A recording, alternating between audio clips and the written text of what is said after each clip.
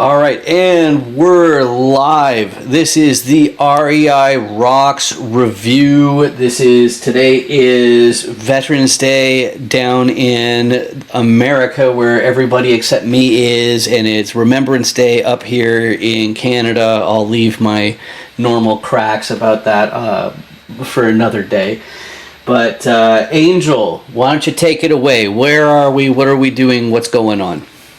All right, so this is the REI Rocks review, and basically what we're doing is we're going back through all of the content we've had over the past 6 summits, and we choose a session. We ask one of those session participants to come and join us, and we break it down because sometimes it's really hard to go through a session or you attend something and you're taking notes, but you don't really know what the truly important stuff is.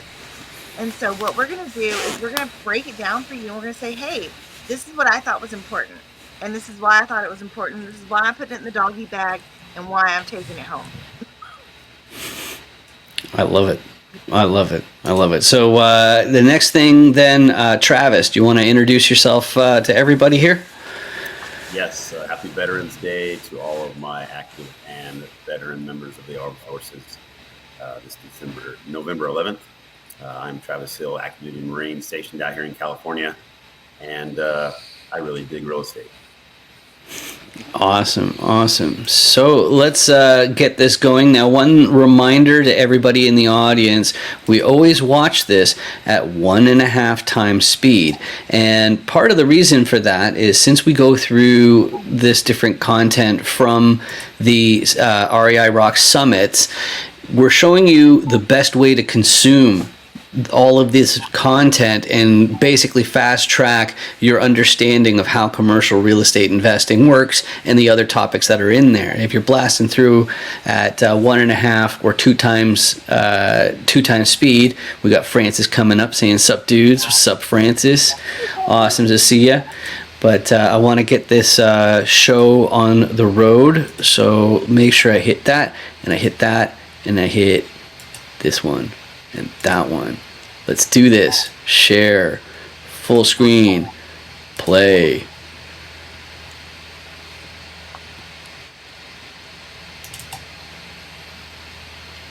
Unmute.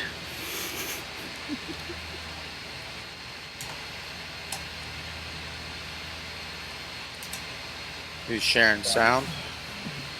Yeah, I hit the button, but it didn't like that. So I think I gotta change around how I do this again, because we can't have it 3 weeks in a row where it just works. But let's try and stop the screen. Hi everybody, and then I hit share screen, and then I share system audio, and then I'll just make it so it's this one right here, share, and then I gotta turn around over here and hit play. In my next life, I'll be reincarnated as an octopus. Hey guys, if you've been here for some time, you know that this is the Academy Presents Fall Summit. Dan, can you This is the Academy Presents REI Rocks Fall Summit, and you are in for an amazing treat. I had some. I lovingly call it the burning. Now there was a couple of weeks where my husband and my oldest daughter were 100% out of cell phone range, internet connection, and it really felt like my life was burning down around me. And I was talking to Travis, and I was like, "Holy crap!" Like I got through it all because I thought there was no other option. But I've heard, and I know this is a military thing, that like y'all get through stuff. Y'all do something. Because like I had just gotten through hearing about the Never Split the Difference, where he talks about in those bad situations, people don't rise to the occasion. They fall back on the best training they've had. Well, I had no training. I fell back on, I have no other option. But then I'm talking to Travis. He's like, oh, yeah, we train all these different scenarios. So when something happens, there's a real high likelihood we've already trained for it. So the emotion is out of the picture. And we fall back on the training and the logic. And I'm like, why has nobody told me this? I've been begging people for 2 years to tell me what this magic sauce is. And we're fixing to hear the magic sauce. And so I'm going to get out of the way. And Travis, I'm letting you take over. And I'm super excited. Okay, awesome. Hey, thank you so much, Angel, Dan, for putting this all together. Loren Capital, super stoked to be able to be a host today. And we are talking with some all veterans panel today. We've got some active and retired personnel on deck. And we're going to be talking about how we manage uncertainty and stress. And so just kind of give you a rough breakdown on who these wonderful, awesome men are is first myself, I'm an active duty Marine that's stationed in California. I joined the Marine Corps and then had some property in the Great Recession, took care of that property for me. And I started again investing in 2018 with the intent of retiring from the Marine Corps without a W-2 job. I've been passively and actively investing in single family residential and the commercial multi-space across 4 different states. And then, I enjoy connecting with people and also sharing my knowledge and how I can help bring deals and people together. Our next up is going to be Johnny Lyman. Johnny Lyman is a active duty lieutenant colonel in the Air Force. And I think real estate is, at least this platform, is one of the rare opportunities that Marines and Air Force people get to mingle and talk without any aggression or snide remarks. But, that's all internal baseball to us as military folks. He started his real estate investing in 2006, and his current portfolio consists of dozens of properties and 1 apartment across 4 different markets. And currently, he has a real estate portfolio value of around $6 million. He holds an MBA from TUI University, a bachelor's degree in electrical engineering from the University of Alabama, and a financial planning and service certification from Northwestern University. Johnny is also, if you don't know, a best-selling author at that, and he has a book published, which you can get through Amazon, through Millionaire Real Estate Success Strategies, What They Forgot to Teach You in School, and that was published in December of last year, so definitely check that out. Next, we have Ashton Lavarek. He is a managing partner, sales marketing manager for Valkyrie Investment Group. He coordinates the development of new and existing partner relationships and provides innovative ways to increase brand awareness. He's a retired Air Force Special Warfare parajumper, a sniper and combat diver. He's got 21 years of experience across 10 deployments working with special operations. And he leverages how teams can be effective and successful. And with Valkyrie, they are in the multifamily space. They're also in the short-term rental space across many states and crushing it. Next up, we have Martin Tyler. He grew up in southwestern Missouri. And when he graduated high school, he went on to the Air Force. After numerous deployments across the world, he came and returned home back to southwest Missouri. And he works for the United States government currently and then joined the Missouri Air National Guard. And he bought his first investment property at an auction. And since then, he's gone on to acquire 19 doors and a campground and currently under contract for his first Airbnb with other various projects in tow. And I don't know which he loves more, real estate or Cardinals baseball, but I think they're both up there like 1A, 1B type thing. And then lastly, we have Marquez Jackson, Commander Marquez Dre Jackson. He's originally from the city of brotherly love. He has over 2,000 hours of fighter jet. Do you operate? Do you man? Do you fly? Is that the right word to say it? He graduated from, what's that? It's the real deal, yeah. He graduated as a United States Naval Test Pilot School, so I think he might have doubled for Tom Cruise and Maverick, but I confirm or deny that. I don't know. And then he manages and executes several multi-billion-dollar acquisitions projects for the DoD currently. And he's been investing in real estate since 2006. He's got a portfolio of single-family homes across 3 states. And in 2017, he began building a flipping business for first-time homebuyers. And then in 2020, he began to focus on commercial real estate and has been an LP in numerous deals and is just now getting into the GP and the development piece. So, and lastly, foundationally, all of us are, we're married, we have kids, we have families, and we are all doing this as a way to provide legacy opportunities for our family. And so, gentlemen, welcome to the panel. Thanks for having me on, Jeff. You're welcome, Awesome Jim. intro. Thank you. You're welcome. So let's first question, and I think it's easier if everybody just kind of interjects, and if it kind of gets crazy with Zoom, then I'll maybe just kind of start asking people individually and kind of go from there. But please feel free to add on as necessary. So first question for the group, guys: why do military members feel so comfortable being uncomfortable? That's a good question. I think it has a lot to do with, I think there's a really good quote that kind of sums this up. Ambrose Red Moon, I think, said it. It was, courage is not the absence of fear, but rather the judgment that something else is more important than fear. And I think that's what it comes down to. And a lot of times when you're on a team or there's a big mission, you have a purpose, your comfort, comes last. The success of the mission comes first, the livelihood of your men, all that comes well before, your comfort or your fear or whatever it is. Awesome. Yeah, I probably agree with that. And I think the military does a good job of, we become comfortable being uncomfortable. And, every training environment they put us in is uncomfortable. They try to put us in situations where it's almost impossible to succeed just because they want us to get used to that and to thinking on our feet and to be okay with that uncomfortable feeling, but knowing that we still have to move on and we have to proceed and we can't just sit there and be uncomfortable. So I think the military does a good job of exposing us that. Yeah, and I think that starts day one from boot camp, right? Like I know for me in my Marine Corps boot camp, it was every day getting yelled at. Well, if you get yelled at every day, having deployments, and all of us, I think, have deployed in some capacity. It's not a thing when loud noises and loud things are going off around us. We're like, oh, we can still maintain some focus and some clarity as chaos is going on around us. Stress inoculation. Asking for the statement win right there, man. Awesome. Yeah. And actually, to cover on your point, I think John Wayne said, right, courage is being scared but saddling up anyway. Yes, sir. So awesome. Thanks, gents. All right. Next question. How has a plan that has been too tightly coupled, right? That's too tight. How has it affected the outcome, right? Like a plan that's too rigid or too stiff in planning. How has that affected the outcome? Yeah, I think with that one, it kind of sets you up for failure because we know life happens, and we always say the enemy has a vote, and everybody has a plan until you get punched in the face. And if you're out here in the ring, you're competing, then you're eventually gonna get hit. And how are you gonna respond? And so I think on the Air Force side, flexibility is the key to air power. And I think it's the same thing when you look at what we're doing as investors, that we have to manage risk. And with that, we have to have a plan. We have to have a risk management plan and somewhat have the unknown bound where we can still operate with not having 100% solution and knowing that things are going to change along the way. And just kind of manage our emotions along the way and doubts and fears and that we all have as we go through. Because at the end of the day, we all found success and we found ways to recover and rebound and get through it. I think that's why we have a team, where that we can lean and depend on individuals that we've aligned with in order to make sure that we can continue to be successful. Absolutely, yes. Yeah, very true. Ashton, as a sniper. Oh, sorry, go ahead, Marquez.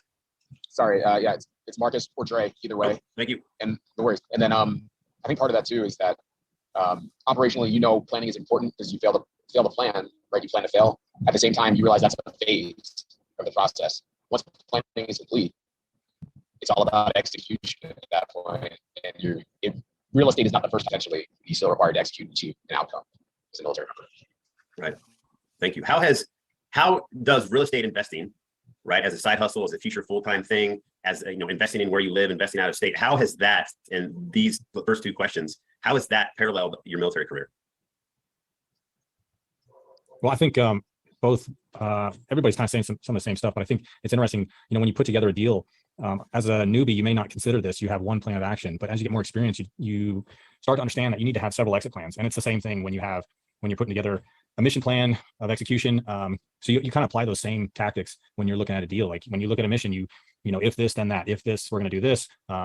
Like radios are the first thing, communication is the first thing to fail on a mission, right? Every dang time before you even step out the door, somebody's got a radio problem. So we roll to channel 2, right? That's your COA, your course of action, your second course of action. But it's the same thing in real estate. All right, I'm going to buy this property. I'm going to put this much money into it, and I'm going to refinance out and get all my money back. Well, if I can't refinance, I'm going to hold on to it, and I'm going to continue to cash flow until rates come down, right?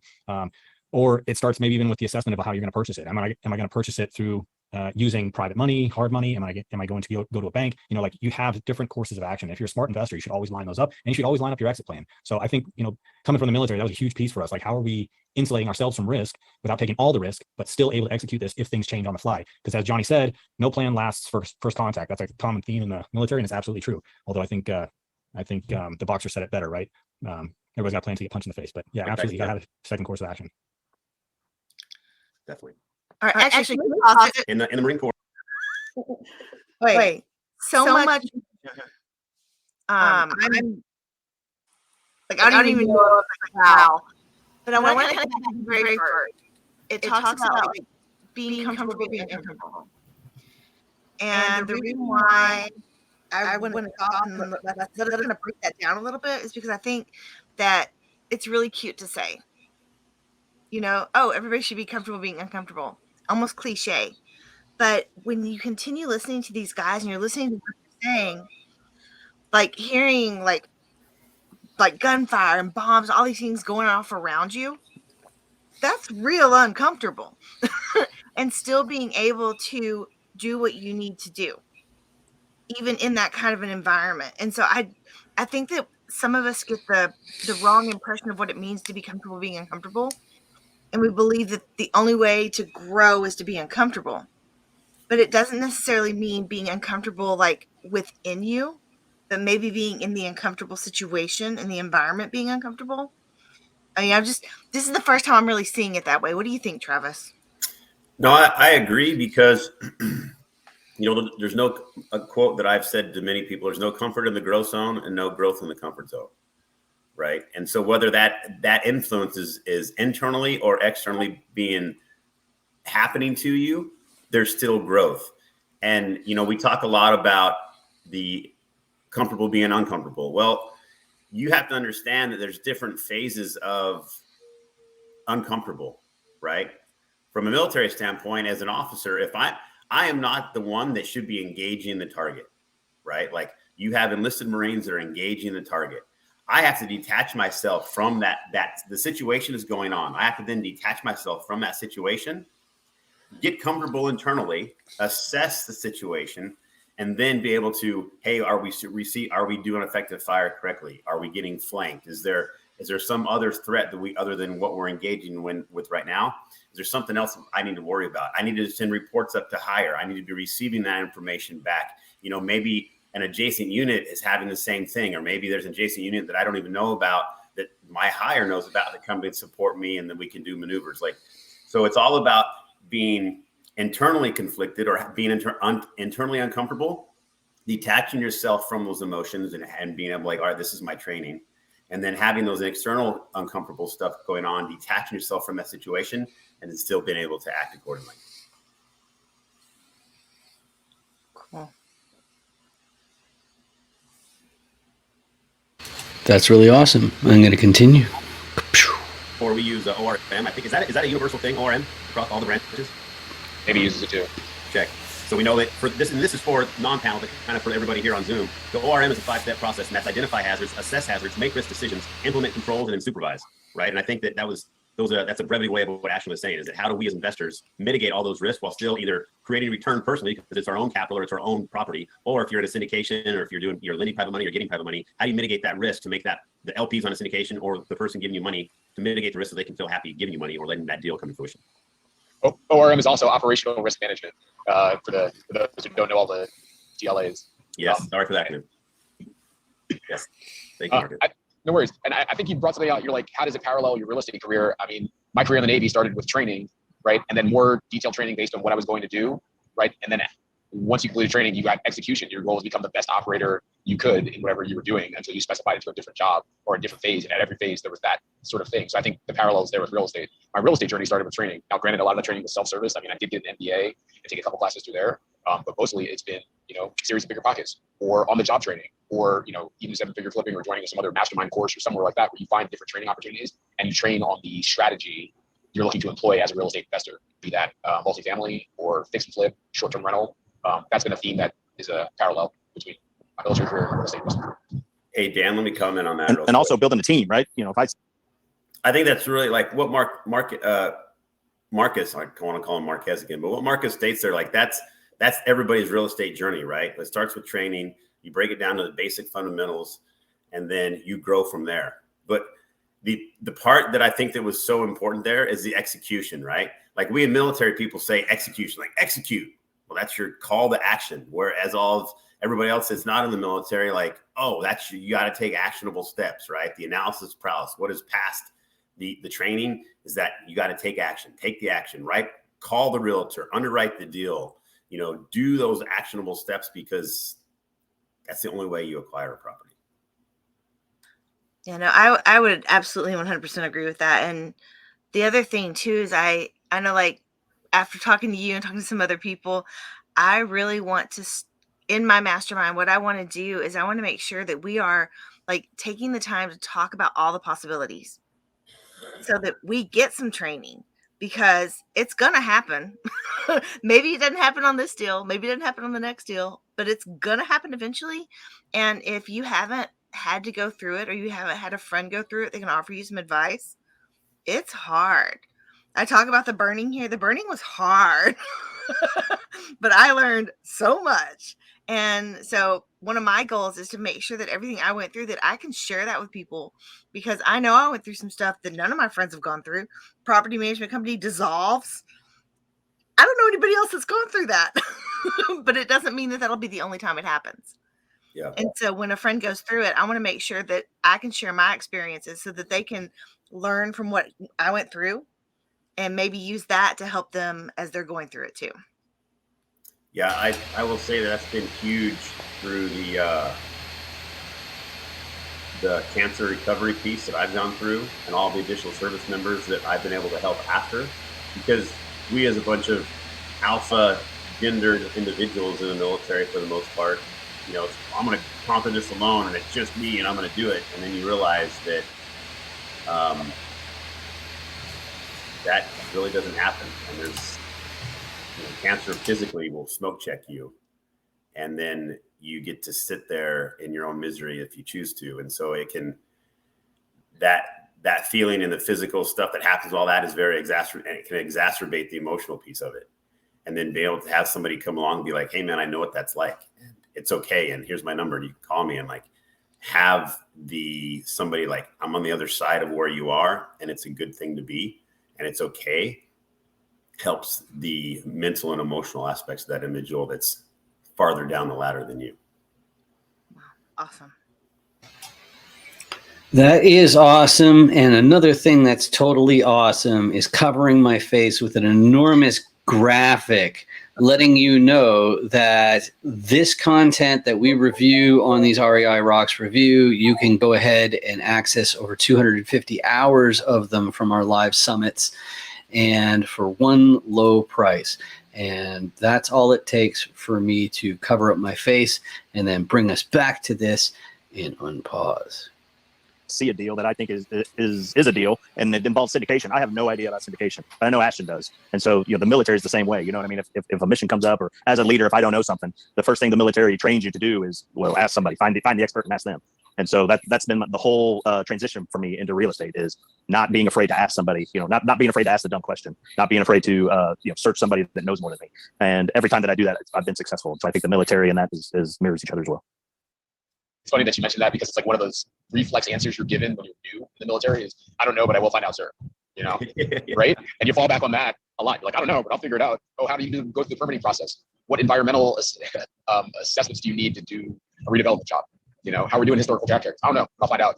Whether it's me or a teammate or a delegation or a mentor, just Garcia's got me that message. So true, Marquez. And I'll tell you, this is for everybody in the group. If you haven't read Who Not How, we just summed up the book for you. Go find that person. That's amazing. So talking about training, Marquez, that was a great lead in. So when we talk about everybody starts off with training, you go into boot camp, you do your training, you go to your first, your MLS school, your service school, you learn about your training, and then you hit your operational forces, and you're starting to execute your training to that baseline status, and then you start the OJT to gain those skills. How does analysis paralysis play into uncertainty when someone is starting in real estate investing? There's a couple ways, because even if you start with training, you get the dilemma of choice. There are so many options. There's so many different types of training, different cost level, different price point. And that just carries on through. You start into real estate. There are so many strategies, like Ashton alluded to earlier, that, are you going to be residential, go commercial, do multifamily, mobile home parks, whatever. And you can just have all the shiny objects, or you're forced to decide and choose, kind of like an MOS, which, I mean, military, you have that thrust upon us, right? Based on your qualifications, your physical fitness. Here, that you have the responsibility to choose and then execute in that niche until you decide to choose to do something else, or you discover that maybe another niche is better suited for you. Check. Very true. Johnny, you mentioned in your book, which I love the book, by the way. Thank you very much for making it. You talked a lot about uncertainty as you started off in real estate. Can you share your impressions then, right, as you were kind of like remembering the book, starting off in your real estate journey, and how that's helped you now? Right. No, most definitely. I think the uncertainty piece, I was just thinking back, was like, really taking action and being active. That, when I bought my first property with VA loan in 06, and then looking at when I first actually bought my first rental property, that it was a span of like 6 years. And, that analysis paralysis, just taking in information and not really having a plan up front, I think didn't have a goal long term on what I want to do, and actually having those steps mapped out to kind of be successful. I think when it comes down to the uncertainty part of it, is you don't know what you don't know. And I think as a newbie or someone who hasn't done that thing that they want to do, that you don't know what you don't know.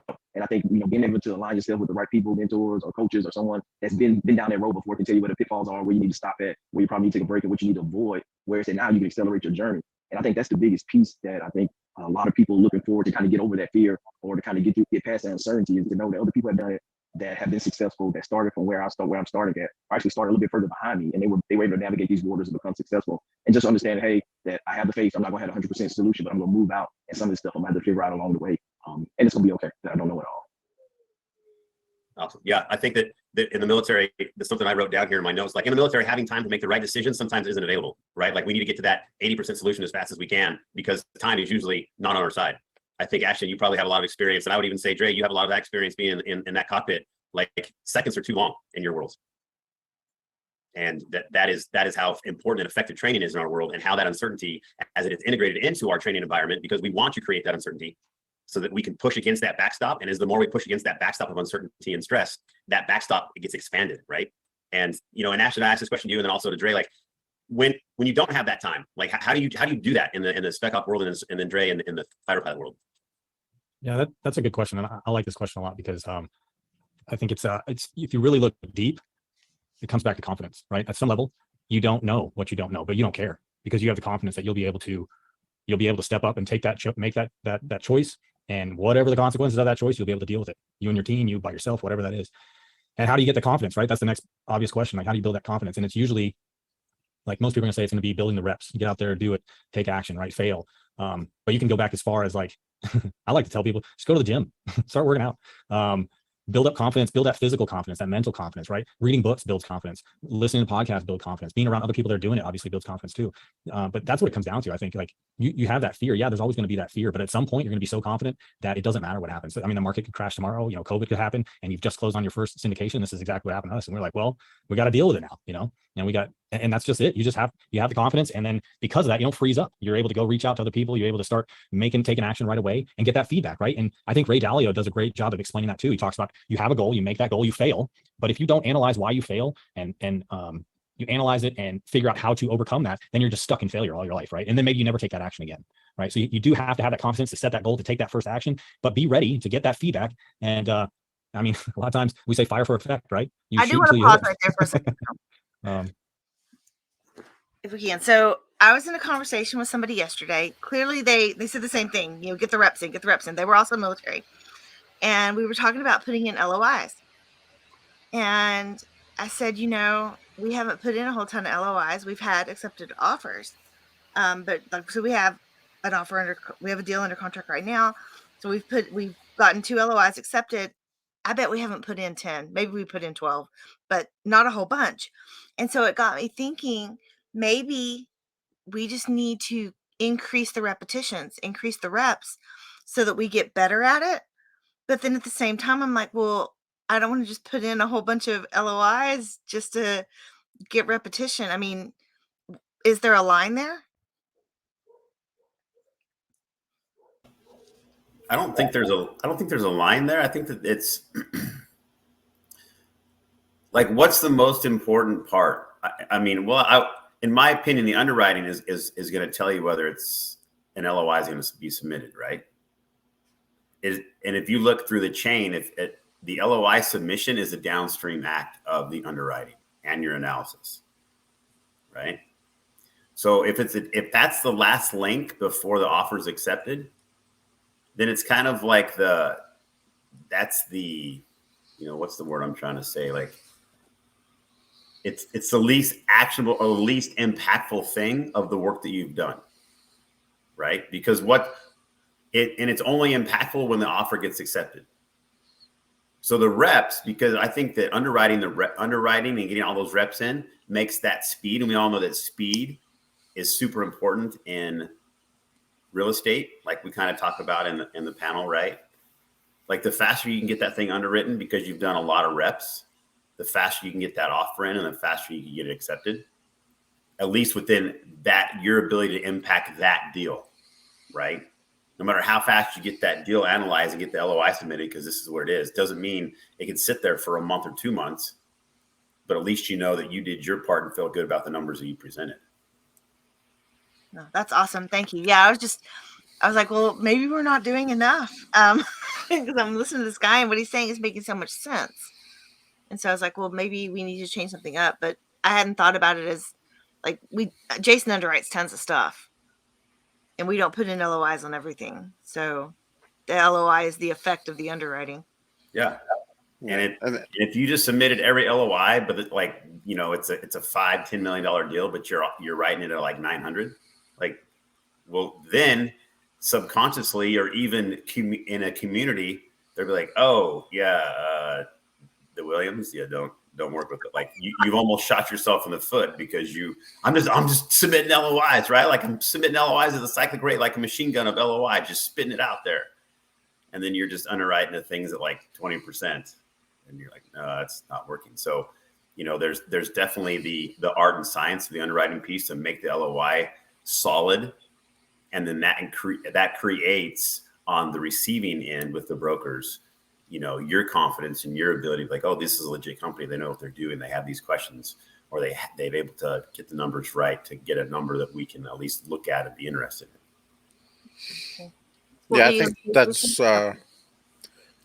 that is one thing. I think all of our LOIs, when we've talked to brokers, all say that they are reasonable, and they're not all accepted, but they are reasonable, and we can validate why we picked the numbers we picked.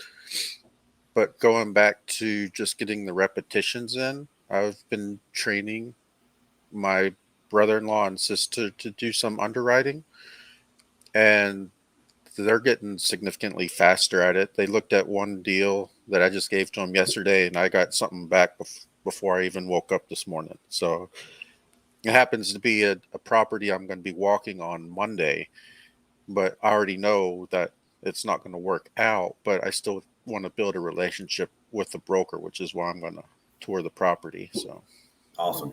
Well, and it's helpful that they're in another country. That's why they were able, like, their daytime is our nighttime. they call themselves the night shift. Nice.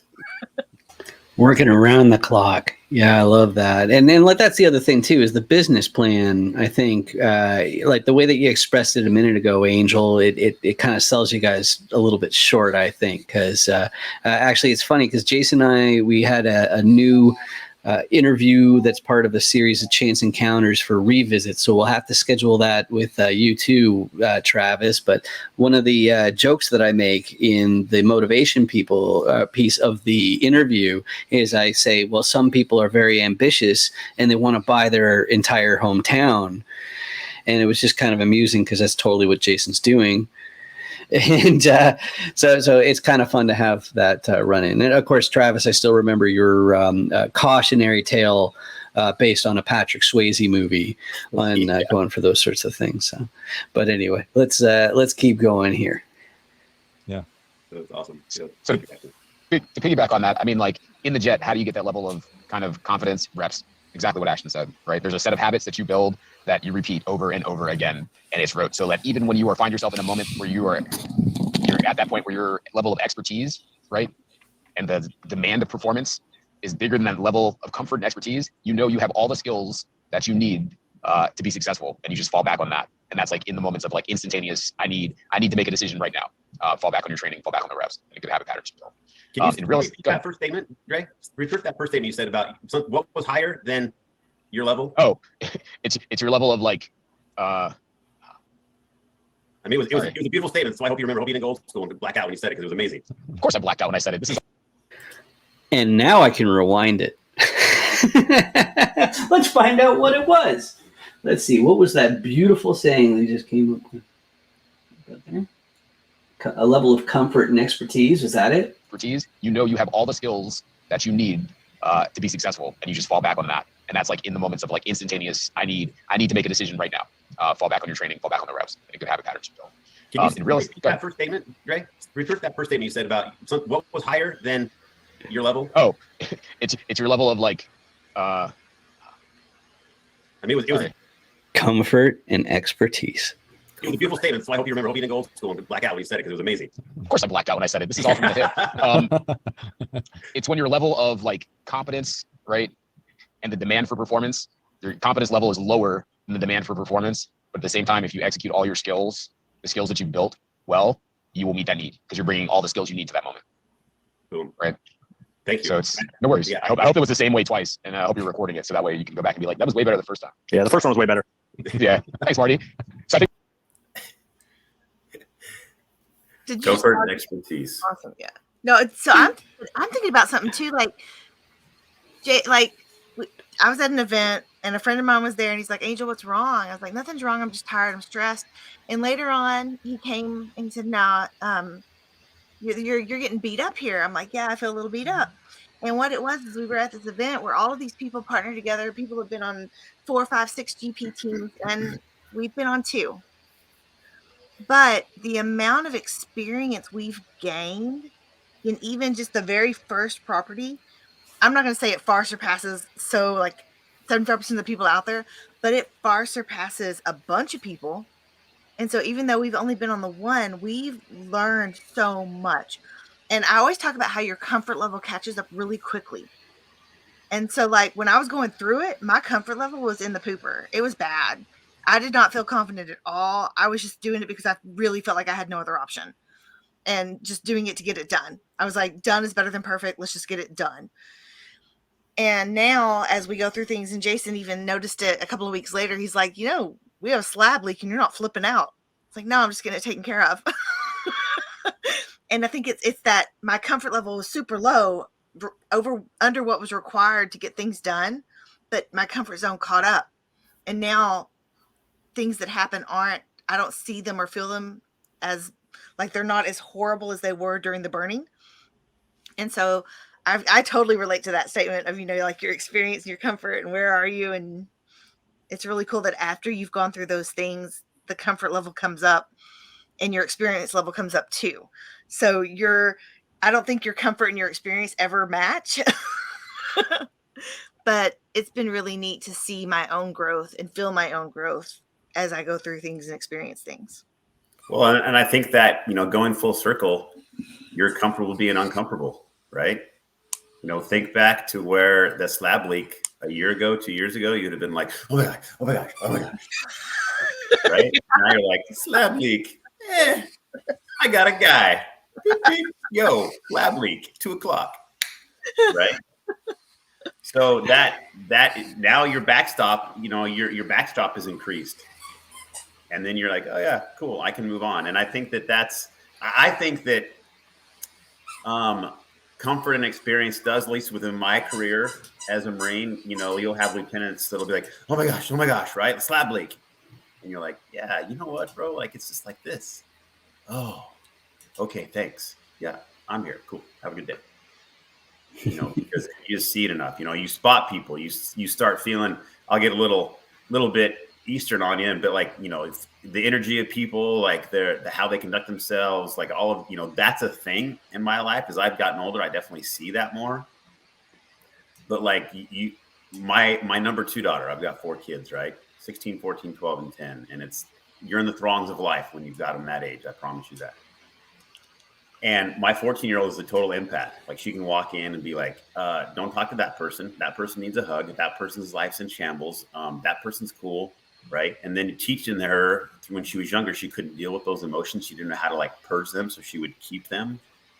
And so we've gone through like a lot of like, hey, what light do you see coming into your brain? Or into your head, and it's coming out of your eyes and it moves down your body and it pushes all this stuff out, and what colors the lights are. But like, that's a thing. As more and more I interact with more people, and you're like, man, you just leave that person. You're like, dude, that person's amazing. And you leave other people and you're like, yeah, I'm so glad that's over, because of that stuff that moves through the comfort of your experience of working and moving with other people.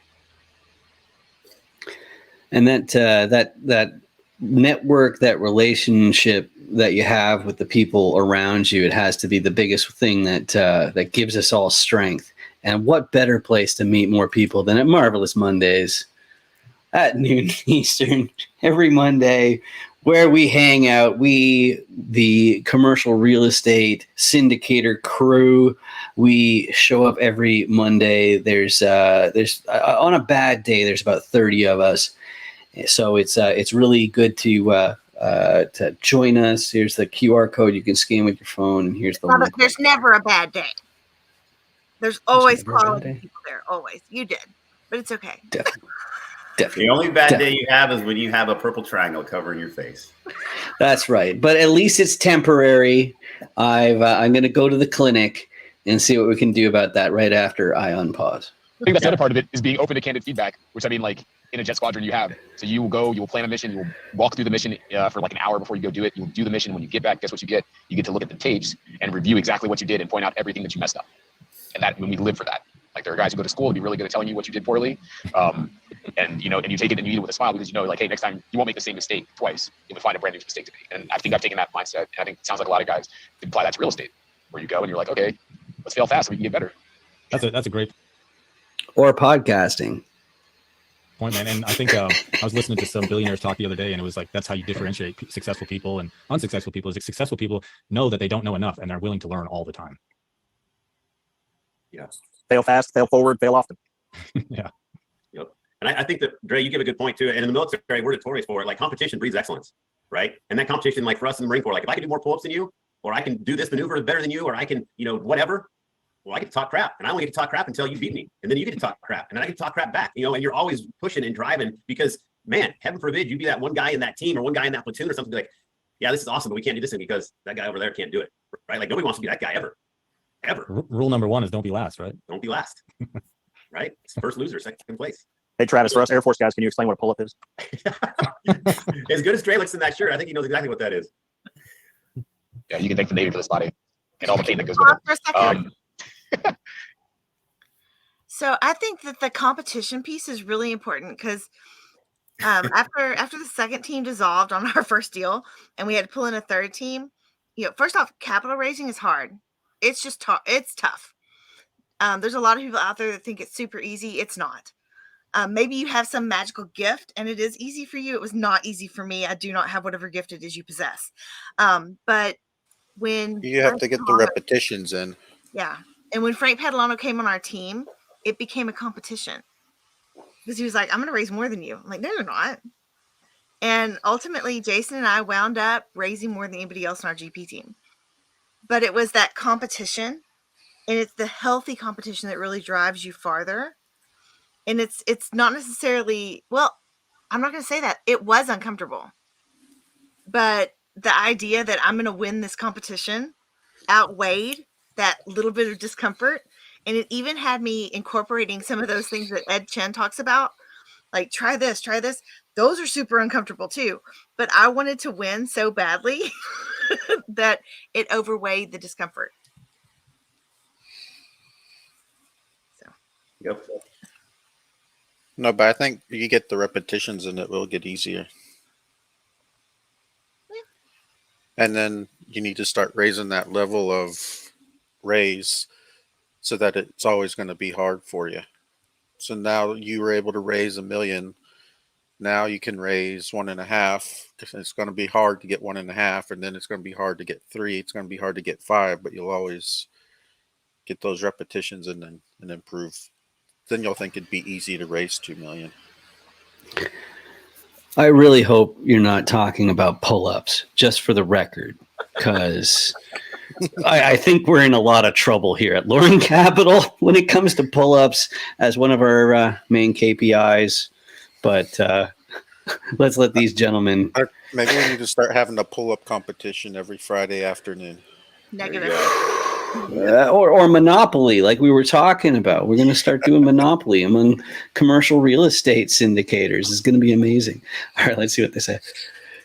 I think like the real estate thing, we talked about failure. I think it's like taking every opportunity or every failure that comes away, because over the course of any project, there's a series of failures that lead to an ultimate success, right?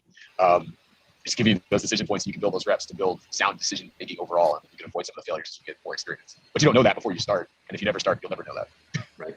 There was a really good thing on LinkedIn. It said start point and success, right? And it was like a straight line. And then it showed it zoomed in, and then it was kind of like this. And then it zoomed in again, it was kind of like this. And then it zoomed in again, it was like this. And I'm like, wow, that's a beautiful representation, right? A beautiful drawing of how, like, no kidding, failing forward, failing fast, and failing often. I think that's what we said, right, Marty? About how that perpetuates. And like, man, if I was listening to a podcast and somebody was saying like, hey, if you go into a time machine and talk to yourself 5 years ago, be like, hey, just so you know, this is where you are. And if that person, yourself 5 years ago, be like, no, I'm not. Like, no, you definitely are. And the power that could bring. And then we need to realize that, right? Every single day when we get up, we have the capacity to get from start here and to get to here, and all that stuff that takes place. In Marine Corps Warfighting Pub 2 TAC 1, it says intelligence has 2 objectives: to reduce uncertainty by providing accurate, timely, and relevant knowledge about the threat and the surrounding environment, and to assist in protecting friendly forces. So how does that help us as real estate investors? Intelligence. How does intelligence help us as real estate investors? Well, in the fact that to reduce uncertainty, providing accurate, timely, and relevant knowledge about the threat and the surrounding environment. And I would say threat as in the deal or the property. Yeah. I like to dumb things down. I'm a big picture guy. So I would say it builds confidence. You have the confidence now, and that's the funny thing, right? You'll have confidence about one thing and you'll do that deal and you'll learn like 100 other things. I'll give you an example. We read all this stuff about the Burr deal to buy, rehab, rent, refinance, and repeat. And we did our first deal and we estimated the rehab cost at $25,000. It came in at $90,000. But we had the education, we had the intelligence, we had learned enough to make us confident enough to go in there and take our first deal. But we would have never learned any of that other stuff if we hadn't taken that first step, done that first deal. And that was a fourplex. And so, echoing that, when we submitted our first LOI for Thousand Mary, we had the education, we knew what we needed to do. We submitted it, it got accepted, and then bam, we learned 100 more things we needed to do. So we jumped in the deep end thinking we knew how to swim, and we were able to swim. So it was hard and painful, but we were able to. Well, that makes me want to ask Travis a question, because one thing that comes to my mind is, and I think Angel will like this because her experience as a teacher as well, and it's your trainer aspect, Travis, that I'm most interested in this respect. So there's a difference between somebody who knows the right answer because they just have the recollection, versus someone who knows the correct answer because they have the appropriate experience and the memory to recall the time that they actually did it. Because if the memory's lacking, then it'll be like they never did it, right? So when you've got those two different people, like I think that we all have our preferences as far as which one is quote unquote better. But effectively, though, don't you just really need somebody who can remember it and that's it? Well, I mean, look at what they say. Well, what's the quote, right? If you don't look at history, you're doomed to repeat it. Mm-hmm. Right. And I think that there's plenty of people that are super book smart. And I would say even in the real estate space now, because of the last decade of amazing growth and opportunity, and now that we're in this market, you've got the gurus that have been selling courses for $50K a pop, and they haven't even done their deals, or they haven't done the number of deals, or like whatever that is, right? And the experience piece allows you to be like, I lost all my properties in the recession, the Great Recession. I lost them all. So when people are like, is this the same? Oh my gosh, this is like the recession. I'm like, did you have property recession? No, but it's just like it. I said, no, it's not at all. It's completely different. And the experience piece allows you to have the confidence to make those statements, right? And be like, and as a 19-year career Marine, it's really weird to be like, I'd be like, well, my experience, sir, like that's weird to me. I don't like that statement because it makes me feel like it's easy to be on the pedestal, right? And then you're like, in my experience, listen to me. But I think that's a better, more solid foundation than someone who's just reading a book, who hasn't been in that, hasn't had the opportunity for the experience to teach them, to just spit the knowledge, right? Because even in our own doctrine as Marines, we don't even follow our own doctrine. And it pisses our enemies off. Like, they hate it. Like, wait, you're supposed to do this because it says in your doctrine. No, we're not. That's too funny. Oh my God. All right, cool. Rock and roll. Let's go. That was 4 years ago, and so we've done many deals since then, and that's all by that intelligence, mitigating that risk, building that confidence, taking that action, getting that feedback. So I think the Marines might be onto something. Yeah, I concur. And go ahead, Johnny. No, you got it. Yeah, again, before every mission, there's an intel brief, right? And you get all this information, and then you go do, right? And some of it, you can come back and be like, that was wrong, this was wrong. I think that's having that is like, the people that are supposed to know everything, they know a lot, they might not know everything, but you're still required to go execute. So you apply that mindset to your real estate investing, right? You have awareness to a lot of information, but how you apply it, how it arrives, kind of marries, up with execution and results. Sure. And I think the piece that I was going to say, just that intelligence piece, that if the first word that kind of two words came to my mind was due diligence. And I think being able to, when you start thinking about a multifamily, like, okay, we got to find out everything we can about this property, get our hands on all the data, crime, the market rents for that area, how much renovation we're going to have to put into it. Look underneath the hood, using a car analogy. Let's check out the sewer lines. What's the age of them? We check out the wiring, foundation, everything, all the pieces to the puzzle, and then really ask ourselves, is there anything that I'm seeing that the data intelligence is telling me that I shouldn't buy this deal? Because at the end of the day, we got to be a good steward of our resources and our investors' resources. And so I think that piece, that when we do our due diligence, is really leveraging everything that's out there and bringing it all together, and just looking at all the facts as they come together, and understanding, okay, how does this sway my decision? Do we move forward or do we not? And I think that everybody that's on the team, they look at it from their lens and from their perspective. And I think by having that well-rounded team and that diversity, that you're having a different set of eyes and people looking from different lenses to kind of come in together to make sure now you've mitigated as much risk as possible when you get ready to take that deal down and move forward. Yeah, definitely solid. Go ahead, Marty. Yeah, and then to kind of keep going off of Johnny's thought there, you get all that information. There's still got to come a time where you just shove it all in the middle, and you just got to be like, all right, I did the best I could. There's nothing more that I can think of that I need to research, and you just got to put it out there on the table, and then deal with it as it comes. So that's where you got to do that. Yeah, 100%. Like, I've seen in my military career, I've seen a lot of people, like leaders, officers, try to plan a field op in a vacuum inside their office with the door shut, and then they execute, and you're like, this is failure. Like this, you talk about uncertainty. This whole entire thing is uncertainty. And one thing that Patrick Lencioni in 5 Dysfunctions of a Team, he talks about weigh in for the buy-in. And so when I read that book, I was like, oh, so if I prepare for a field op, the only thing I really got to prepare is a commander's intent. Like, hey, what do we want accomplished? And then I bring in all my billet holders or the people that have their position and be like, hey, this is my intent. Feel free to poke holes. Like, what can we do? And you talk, as an engineer, we have equipment, we have maintenance. And so like, hey, are we good for this equipment? No, sir, we're not. Okay, well, now we got to adjust. How do we adjust that? And then when everybody weighs in for the buy-in, that uncertainty gets washed out, like Marty was saying in the middle, right? Like, hey, everybody gets that input. Okay, the door opens, intent is established. Now as enlisted folks go and accomplish that intent, and everybody's stoked, everybody's on board, everybody's positive. The uncertainty is diminished because like, hey, I now have with my lane, I know what I'm supposed to do, and then they go and execute it. Man, it's a beautiful thing to watch. Yeah, that's an awesome point, man. I love that, because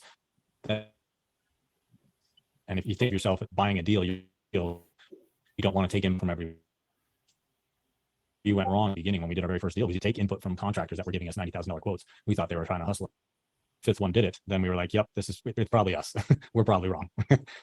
So that's absolutely right. Like, I think you're right. You're right on there. You have to take input from other people with other specialties, other expertise to get it right. It's funny, both of your comments remind me of my morning. So we're on site at the redevelopment deal that we're working. We've got a consultant for the overall low-income housing tax credit process. We've got a consultant for the historical report. The architect is there, the GC is there, his foreman is there, the engineer is there, and you're looking across the team, and like the person with the least amount of expertise in the decisions we're making, this guy, my partner, right? Overall intent, hey, we need to turn this into 10,000 square feet of retail space, 3 floors of apartments on top. Go. And they're sitting there solving the hard problems in real time in front of us, and That's awesome. Yeah. The do outs, like the things that the team come together and giving them the guidance and watching them work. Yeah, I'm watering. One of my favorite things. Heck yeah. One thing too, I was reading some different warfighting pubs. Success, and this is something that I guess I've taken for granted because I've always known, but I've never really like thought about it. But success is a fluid environment, right? It's not linear. It's not like you're stepping on a staircase. Success is a fluid environment. And if it's a fluid environment, how does that help us manage uncertainty? Yep, no, I agree with that 100%. I always say the road to success is always under construction. It's like you're chasing that ghost where you're seeking perfection, but you're never going to attain it.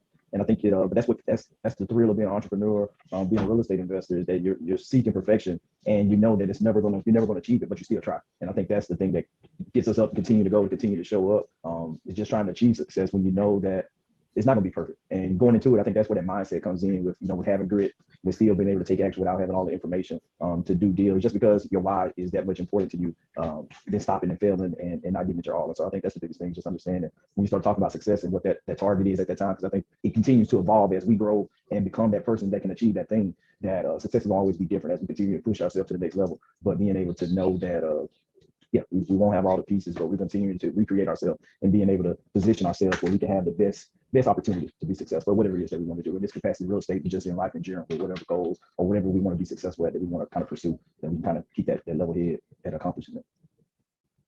I love the comment that success is a moving target. So I'm like, if it's a moving target, that means you have to lead it just enough to make sure you hit it. So to that point, like, what do you do to you have to constantly be thinking ahead. You have to be improving yourself, so adding tools to your belt, whether that's education, coaching, mastermind, people, network, finding out what those levers are, and then just constantly making the moves to outmaneuver it so you can stay in front of it, make sure you get there when you're supposed to get there. Yeah, that's a good point. I'm a huge fan of the whole traction model for running my car business. And every 90 days, you're reevaluating your target, right? You have a target that you're working for 90 days. That's your target goal, you and your team, whatever that may be. Whether it's read a book, write a book, get a deal, close a deal, raise a $10 million, whatever the goal is, you're always adjusting. And success can be, you could do it all in the first month, but you have to reevaluate. You have to continue to adjust. Otherwise, you'll be stagnant at some point. And if you're not growing, you're dying, right?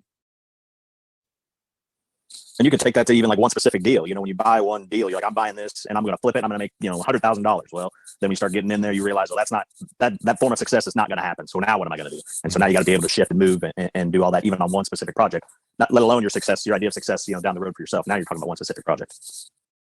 True. Here's a question I was thinking about when you guys were talking, and Johnny, you kind of started it. When you talk about success, right? And success, we could ask everybody on the panel and everybody that's on the Zoom call what success means to you, and everybody would come up with something different. Does uncertainty keep success away from you just enough to keep you pursuing? Like, is uncertainty we always look at uncertainty as a negative thing, but like if success is something that we know is fluid and we got to lead that success, like Dre was saying, does the uncertainty would we use that as a positive motivation to keep striving and moving towards success? I think so, because it's there, but the uncertainty piece. But at some point, it's either going to happen or it's going to happen. We're either going to get there or we're still going to get there. That failure is an option, And so what you don't know, and I think Ashton brought it up earlier, is like you know you got the confidence in yourself that whatever you don't know what's going to happen tomorrow, or that your lender's going to come back a week before closing and they're going to drop your LTV on your loan by 5%, and you got to go back and raise some more money or whatever it may be. Something comes up that you didn't catch in due diligence 2 weeks after you close on the deal or whatever it may be. But you know, hey, it's a possibility that something's going to happen. But you're confident and you've been able to deliver on everything up until this point, and you got a team that's got experience and you know across your network that you're gonna get it done. But that uncertainty, you know, it's there. It's almost like the boogeyman. It's like you never see him, but you always had it in the back of your head when you're a kid that or the boogeyman there. But you got to still live life. You got to still go outside. You got to still walk in the dark and know that you got what you need. That you're gonna be okay at the end of the day. I think that's a good time to pause it because I think really what it's talking about is patience. And right now is a great time to discuss patience, just simply because, you know, like some people are saying, you know, pencils down. Some people are saying, no, you need to be buying right now because interest rates are rising. So you're going to be getting less property for your buck. If that's the case, you know, like you're getting a lot of comments as far as patience goes. And I, of course, want to tie it back to our planned Monopoly nights, because one thing in Monopoly where patience comes out, it actually has a great lesson for the situation right now. Like my son was shocked when I explained to him that being in jail in the game Monopoly is a huge advantage. You want to stay in jail while you're sitting there collecting rents and not landing on other people's spaces and paying them monstrous amounts of rent and things like that. So sometimes, you know, it does make a lot of sense to be patient. Who has a comment about patience and what's going on these days? So I mean, I do. Like, we bought one deal in 2021. We're going to buy one deal in 2022. There's been other deals and we could have been way more aggressive and taken down more deals, but that wasn't the smart nor prudent thing to do. And there have been times when I feel like Jason's gotten a little aggressive just because it makes me nervous to try and I feel like it's like massaging and cooking numbers. I know he doesn't do that, but when I'm looking at them, I don't understand them well enough to see beyond the fact that these numbers look really crazy and it makes me nervous. And so I like the fact that we've been really cautious and we've only done one deal a year, and maybe that'll speed up, maybe it won't. But I like to know that we're being patient and cautious and taking the time to really make sure that the deal makes sense. I love that. And so really what we're talking about, I'm still on mute. I should be off mute now. I am, Dan. I think you don't collect rent when you're in jail. I know. I was thinking the same thing. The proper Monopoly rules, you still collect rent while you're in jail. So a lot of house rules, classic rules are there's no money at free parking. You collect rent during when you're in jail, and there's some rules where you can collect like $400 if you land on go. That's the house rules. So. Everybody has their rules. Yeah. I just like that it's like real life. You know, if somebody's in jail and they own property, they're still just sitting there collecting anyway. Well, I think it depends on what they're in jail for. They will definitely confiscate what you stole. If you're in jail because of the asset you're collecting rent on before, you're not going to be collecting it on later. So. Or if you're a Russian oligarchy and you just want to have all your assets seized, then you're not collecting any of that stuff either. Right. Exactly. And on that note, actually, that was the other thing I was going to mention. Here we are talking about underwriting. And if you want snappy duds featuring a man with a large beard and a bow tie, or if you just want some help with underwriting, there's more than meets the eye when it comes to underwriting. Like when some people think underwriting, they think, I'll just throw it in a 2-minute calculator and take the NOI and the cap rate and boom, that's the value, something like that. There's a lot more to it, a lot similar to what an accountant or a bookkeeper would generally do, but there's also making assumptions like, what are we going to do this year? Are we going to do this plan this month, or are we going to put it back a couple months? Stuff like that. And if you go to theacademypresents.com/UW, you will not get any snappy duds, but you can create an appointment for either a simple underwriting or a super duper detailed one. So make sure you check that out. Hey, Dan, why don't you tell them where they can get those super duds? Yeah, well, to do that, I need to unclick this one. I need to hit this one, see what happens. No, that's Marvelous Mondays. I need to unclick that one. I need to click this one, see what that happens. There it is there. So that is at theacademypresents.com/store to my recollection. So you can get the shirt that says your underwriter is showing. And it turns out our 14-year-old loves that shirt. She wears it to school. Yeah, with her underwriter showing. Yes. All over it. So there you go. So that's this one. Just bow tie. Right. Yeah. There's also the Jersey style one where it's called "Please Don't Stare at My Underwriter." So there we go. That's. What's cool about that too is uncertainty is what makes it fun, right? You wouldn't get on a roller coaster if you knew every turn and every dip, right? You wouldn't go see the movie if you knew every line and like, bring it on, let's do this. Send me into the dark. Let's go. This is gonna be fun, Yeah, it's probably my most favorite part of real estate is, my 9 to 5. I do the same thing day in, day out, day in, day out. But with this, I never know what I'm going to wake up to. Tenant did this, project did that. This deal just came up, and all that sort of stuff is really what motivates me to keep doing it. I mean, that's my favorite problem part. solving. Yeah, exactly. And you're thinking on the fly, and it's new and fresh all the time.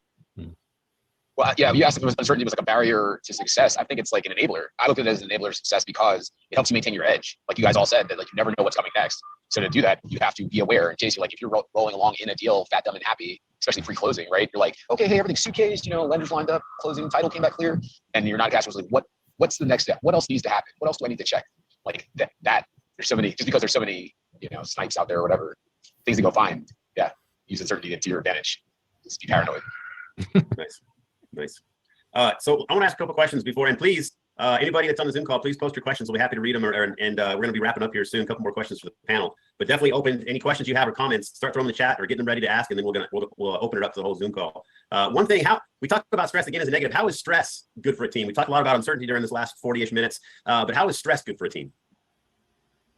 I like stress. I think that's where you grow. If it's easy, there is no growth, right? If you know every answer, there is no growth. And you may win at everything you do when you know every answer, but it becomes boring and you become stagnant. You become that crotchety old businessman that's doing the same thing over and over, and you never grow, and your business becomes outdated, and you're using old systems, and you're not able to adapt to the new. I mean, our economy is changing every 3 months. It seems like. I just want to pause it for a second, just in case somebody was like scratching their ear or doing something so they didn't hear the first thing he said, which is that I like stress. I like stress. I think for a lot of people, that mindset is so utterly like alien or foreign to them that you really need to let that soak in for a second. And I think the way to label it is so you're afraid, so what sort of mentality. It's like, just like let the fear exist, but still do the task anyway. Right? That's what everybody else felt there? Oh yeah, for sure. I think that, you look from a society, from a general society standpoint now, is that the consensus with this generation is I'm only going to do it if I'm comfortable doing it. And, if I have stress, then that means it's not good for me, or that it's not, then I don't want to do it. Right. And it's so not how we learn things. Never. And anything that we have learned in our lives has all come through failure. I mentioned it a while back, but like go to anybody who ever wants to see how how you can fail forward, go to a skate park. Go to a skate park and watch skateboarders skate and do tricks.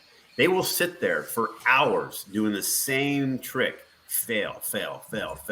And the second that guy gets like 10% better, all of his friends, bro, you always so close. You just like and then there is so much good failure that happens And not until my kids started skating, I'm like, oh my gosh, man, like here's life lessons happening in front of me for every single person in the world that says, I can't do that. No, they're out there, and you're going to fall, and your skateboard's going to go off somewhere and hit somebody else, and you're going to have bumps and bruises, but you're going to leave the skate park being like, I finished that trick. I accomplished that trick. Right. Mm-hmm. Mm-hmm. It's a physical manifestation. Like it's happening in front of me of what we've been talking about and listening to this entire time. Mm-hmm. That reminds me of, it's not even just skating, but just watching a baby learn to walk, because they fall all the time.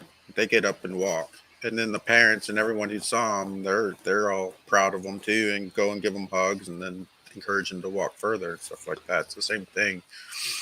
Just in case you're not into skateboarding or go to a skate park, you can see it if you have kids. Yep. Yeah. And language acquisition is exactly the same as well. You cannot learn a language, even your first language, without messing it up a lot.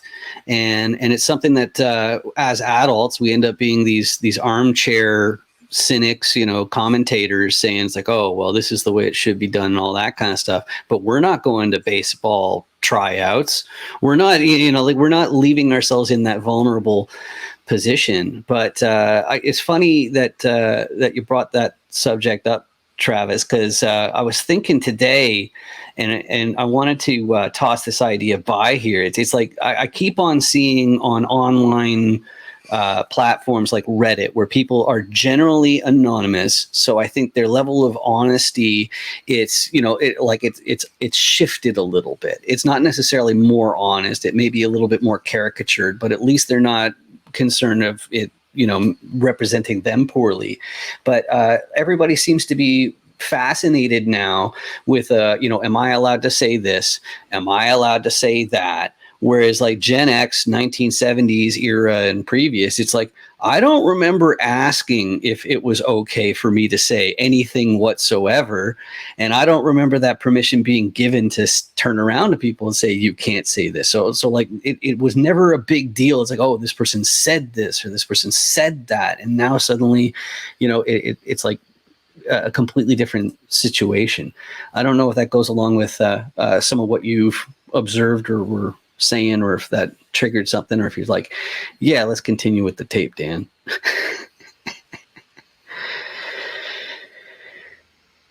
Okay, let's continue with the tape, Dan. Right now. So I think stress is good. It's going to make you more resilient. It's going to make you a better business person, entrepreneur, real estate investor, whatever, however you identify. So I think stress forces growth. It pushes you to grow. And that's key. That stress is key to success. Put that on a t-shirt. I don't know anybody that's been successful without it. Yeah, to piggyback on that, we use stress at the end of our projects. Where I set for my team, the builder team, firm deadlines, right? And you can see the pressure beginning to create diamonds together to knock out punch lists. There were things that were taking longer. Oh no, hey, the floor's going down, tiles go down, everything's happening significantly faster. Where you're like, hey, the penalty's kicking after this point, so like, let's go. We got to get to market, because everybody gets a bonus when we sell it. So like, sure, we have to get the money. So, seeing those things come together, seeing the team perform, seeing people do more than they thought they could do on my real estate team, and then in the other teams I've been on, stress is an enabler for that, because you didn't know what you were capable of until you were pressed a little bit. Yeah, Dan put something cool in the comments too. Problems are opportunities. You can take the current economy and look at what's going on. So a lot of inflation. Prices have been going up on homes, and now people, because of inflation, they're raising mortgage rates. Everybody knows this stuff, but you're seeing all the buyers are backing out because they don't want to deal with those higher mortgage rates, right? So because that is happening, all these sellers are reducing their prices, and people like us are finding more creative ways to buy property. So you're getting better deals. So as a real estate investor, I would say the stress of inflation on the economy has created more opportunity if you know how to look, how to find it. And that was a month ago. So has that changed? Anybody, like, what's your perspective? I do think there's a lot of truth that there are more advantages now than 2 months ago compared to 1 month ago. That's I'm not really willing to predicate. How about you guys? There's definitely, I think it's very market dependent, but we're now starting to see in some markets rents going down, right? I'm seeing stuff in my market in Cleveland Milwaukee, stuff's going down. Staying on market longer. Here, even in Southern California, where I live in San Clemente, stuff on market much longer, almost double. Okay, so new tenants are harder to find. I'm seeing stuff longer on market too, because like on our street, before it was like a sign would go up that was something for sale, and if it wasn't under contract the same day, it was under contract the next day. It was insane. And now in our neighborhood, let's see, there's 3 houses for sale on our street, and they've been for sale for over a couple of weeks. And so there's definitely been a slowdown. But I would say that one of the benefits of where we are is it's a really steady market. Steady population, steady employment. It's steady. And what that means is that it's not huge growth. There's never been a huge rent bump. You've never been able to push rents like 3% per year or anything like that. But you know, we make it. It's very steady, and there's going to be cash flow. It's just not what a lot of investors are out there looking for when you've got places like Arizona where you're tripling money in 2 years. But we're one of those places where it's steady. We love being here. We've been investing on the residential side for 15 years. And I don't think that I will ever move away from a market like this just because we're familiar with it. And I like the predictability of it. For the record, we've been bumping rents 4% per year here. Oh, it's not going to stay. So- and I hate that. Don't be so aggressive. I'm not the one doing it. It's Oh, the no. management doing it. So just throwing that out there. We're under constant steady rent growth here, but we do have a stable population. So I mean the rent growth grows with inflation somewhat. So not as fast as inflation has been last year, but it has been steady. So it is a good place to invest in case anyone's watching this. But you have to be here. You have to invest with somebody that's boots on the ground, like us.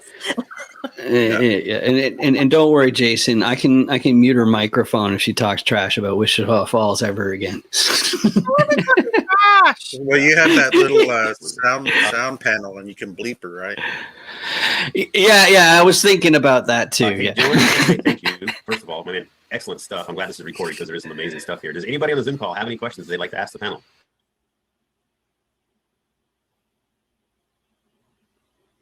Angel, why don't you just unmute and ask yours? Well, I have a ton of questions. But I guess part of it too is how, if you haven't been through something before, other than just believing there's no other options, what are some things you can tell yourself to make yourself do them? I'm right where I It need to won't be. It won't kill you. If it's not It won't working ruin for you. Yeah. If it's not working for you, it's working on you. Ooh. I would also say there's no comfort in the growth zone and no growth in the comfort zone. I would go with that one too, like with the muscles and growth thing, because like after going through the burning, I'm not even afraid of a lot of things now. Like we had a property management company dissolve. We had like 2 weeks to fix that. We had to get a new operational account. We had all these things going on. And one of the things I heard Travis say at the beginning, though, was like, there's people around you. You've got your friendlies. You can talk to people. And I didn't even think about it that way. All I thought was, I have to do this. I have to do this. I have to do this. And so I became crazy strong, but there was an easier and probably better way to do it than how I did it by just barreling through.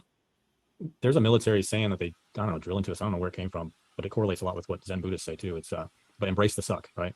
So embrace the moment. You're exactly where you need to be to grow for that next step. And so when you embrace it, now you're aligned with the moment. You're not fighting the moment. You're not swimming against the current. And that's when you can actually now you can calm down. The stress level goes down.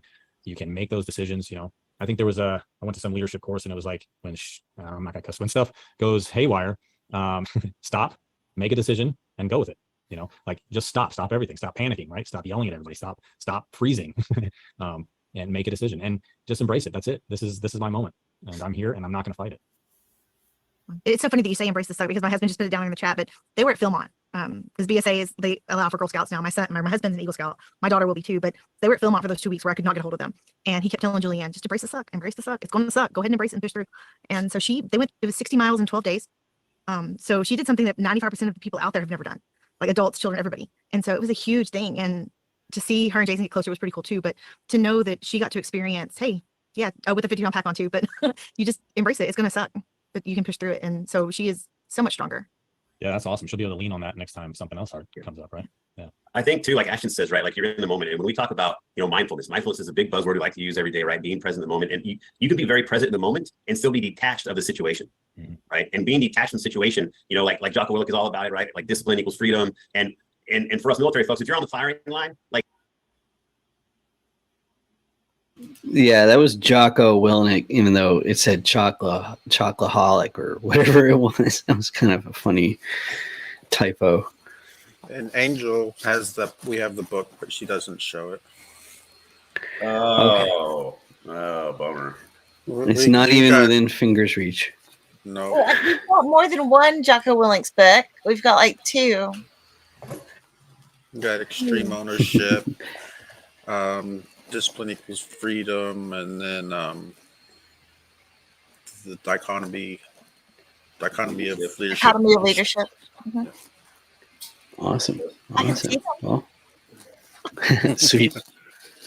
But All right, I let's wrap think this up. As an officer or Sorry, I Jason? was going to say, I think military guys have a different point of view. Like he was saying, it's not going to kill you. It's like, that's not what I fall back on. I fall back on, how's this going to affect my investors and how much money am I going to lose? I know it's not going to kill me, but it can potentially put me in a worse off situation I currently am in. So. Yeah. If you're the one in charge, if your eyes are on the sights pulling the trigger, you have no clue what's going on around you. You need to stop. And like Ash said, take a step back, detach yourself from the line, look left, look right, what is going on? And then that detachment allows that decision to be made. And then it's almost like you created this barrier, this atmosphere between you and the action.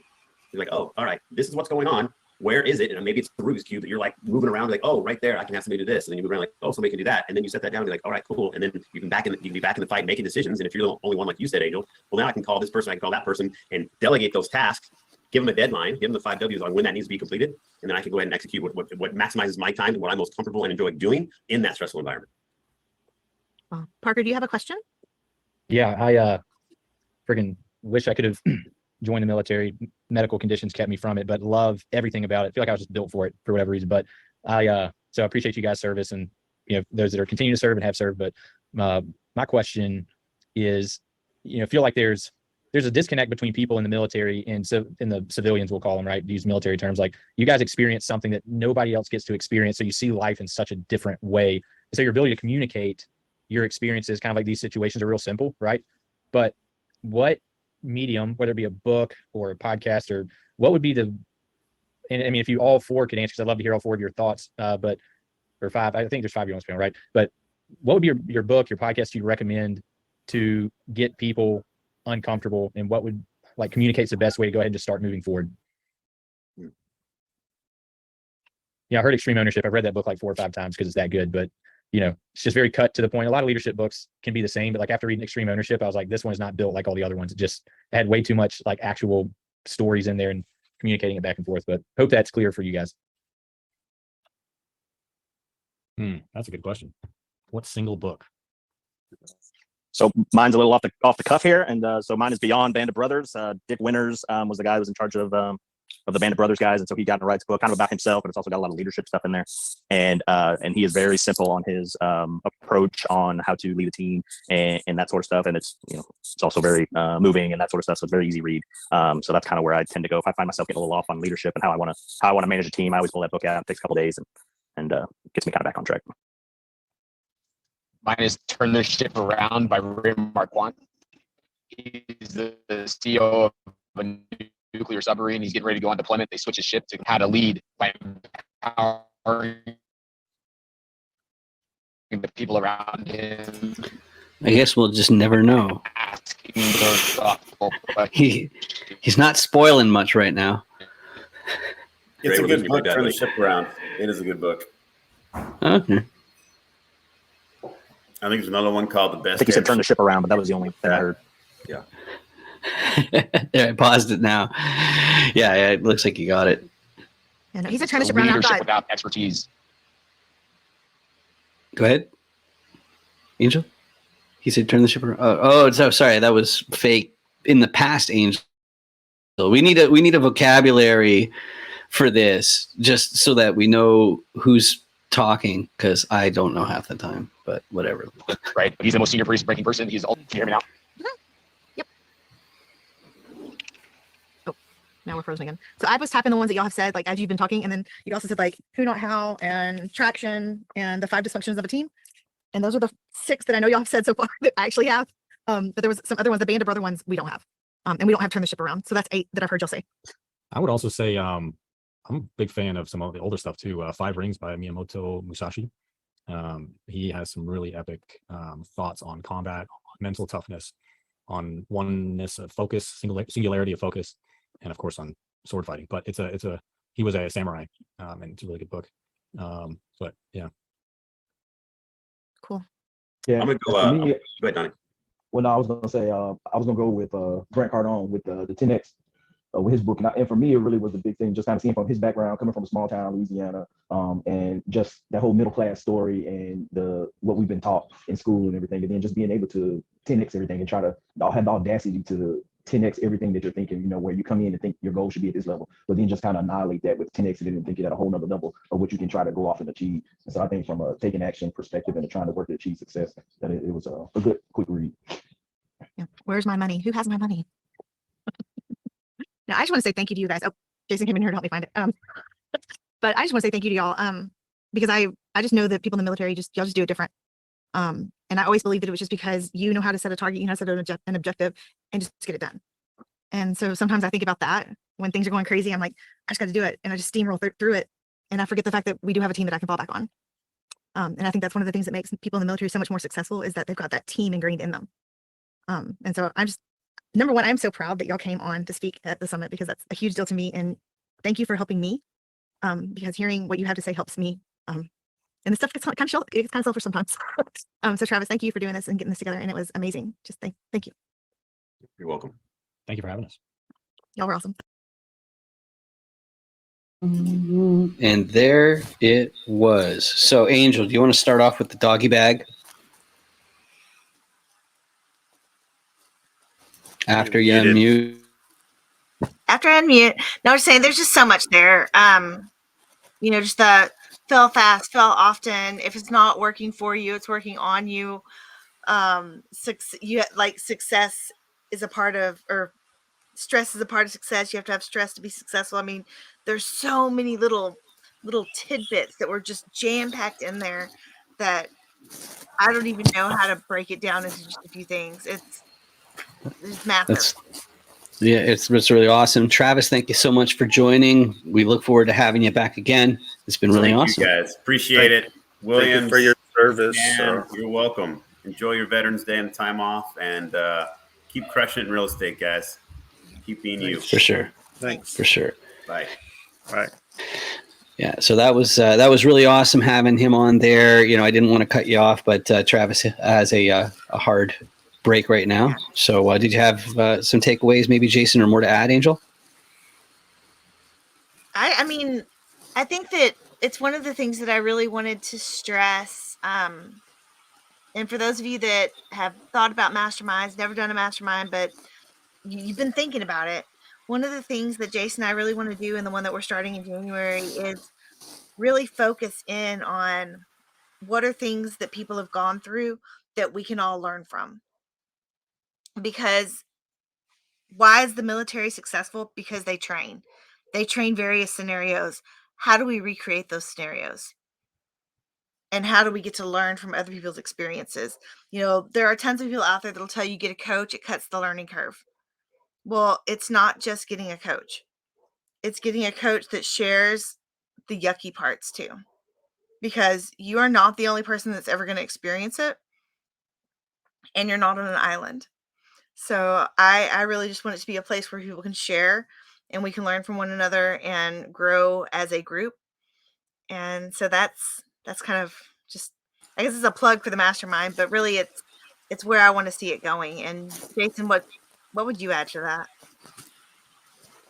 Yeah, so like in the military, they plan for just about every situation. Well, we can't plan for every situation, but with the mastermind, with a coach, a good quality coach who's already been through it, that they don't have to plan for the situation, but can pull off the experience of someone who's been through the situation. So that's just piggybacking off of what you just said.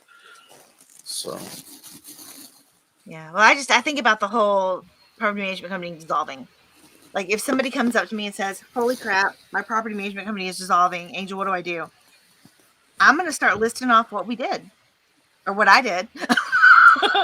I'm going to well, list it might off not even who I it called. might not even be about a dissolving management company. It could be with you have to fire one. You still have to go through the same steps, except with us, we sort of inherited the company through our regional, not have to go through the interviewing other PMCs to figure out which one will work best for you if you have to fire one. So, but we know people who have done that, so we can pull on their experience for that. So, Yeah.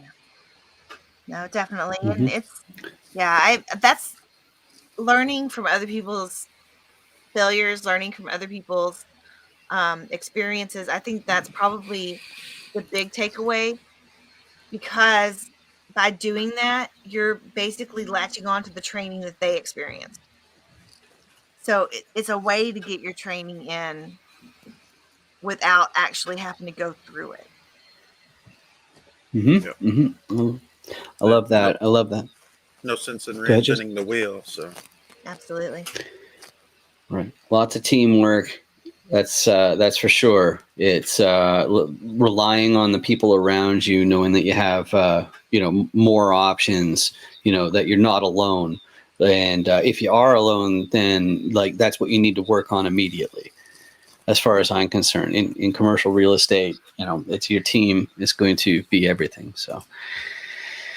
To sign off, though, you have been watching the REI Rocks review, where we go through some of the 250 hours of content. It's roundtables, it's panel discussions, it's masterclass interviews with Angel Williams as the host. And we sit here, we have the guests speakers on live to review, and we do it at 1.5 times speed. And that's to show you the content inside the 250 hours that we have. So make sure that you get in touch with us if you want to access more. And if you notice we were talking super duper quickly on the review, that's because it's at 1.5 times speed. It's a far more effective way to suck in all that information and get it in a much more timely manner. So do you guys have anything else you want to say before we let everybody go? yeah, I was just gonna say, if you get the subscription, you can get all the 250 hours because we are making more content faster than we're doing these reviews. So we're never going to get through all of them every Friday. Too. There's the ton more if you want access to it. Yeah. Well, and the other benefit of that too is for all the live events we have while you are a subscription member, you get upgraded to free live access. So you get VIP access as a piece of your subscription. So we would love to have you join our family. Excellent. You can just scan that code right there that this disembodied hand is pointing at. You just use your phone, or you can use that link down there. But thank you very much once again for watching. We'll be back again next week at 11 a.m. Eastern on Fridays to review more content to do with commercial real estate investment and basically your future, your legacy, all that kind of stuff is all included as well. Thanks again. Make sure you comment so we can interact with you in this. Awesome. Bye, everybody. Bye. All right.